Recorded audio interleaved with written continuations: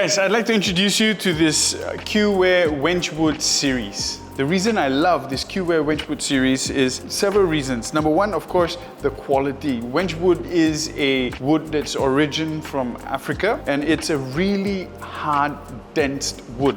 So it's perfect for making cooking utensils like this because it just means it's super durable and it's resistant to wear and tear, okay? Of course, the obvious reason I love this Q-Ware Wenchwood series is the beauty of it. I mean, just look at it. You can see very obviously the grains of the wood, making it aesthetically stunning. All right, so how do you take care and maintain the hygiene of your wooden utensil? Because this wood has a grain, so you can either use sandpaper or a scouring pad. If you're using sandpaper, please make sure you use the finer sandpaper. I'm going to do one piece because this is the one that I use the most. You can see the edges are sort of wearing off. The oil, the protective oil is wearing off. So now we're gonna sort of scrub it a little bit. So when you scrub it, you scrub with the grain, along the grain. This way you don't cause scratches onto the wood. All right, now once you're done brushing it or sanding it, clean off the excess, clean off any dust from the wood. You can use any food grade mineral oil, or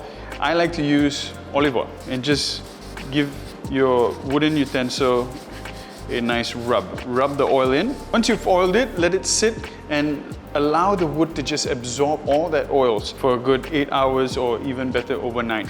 There you go. From something that looks used is now brand new looking. And that's how you take care of your wooden utensils. The oil that's absorbed into the wood would act as a protective layer, preventing bacteria or mold from forming on your wooden utensils. All right, I hope you've learned something from here. Click the link on the bio and it'll take you to a belija.com website and you can find it there. Okay, take care. Love you. Peace. Happy shopping.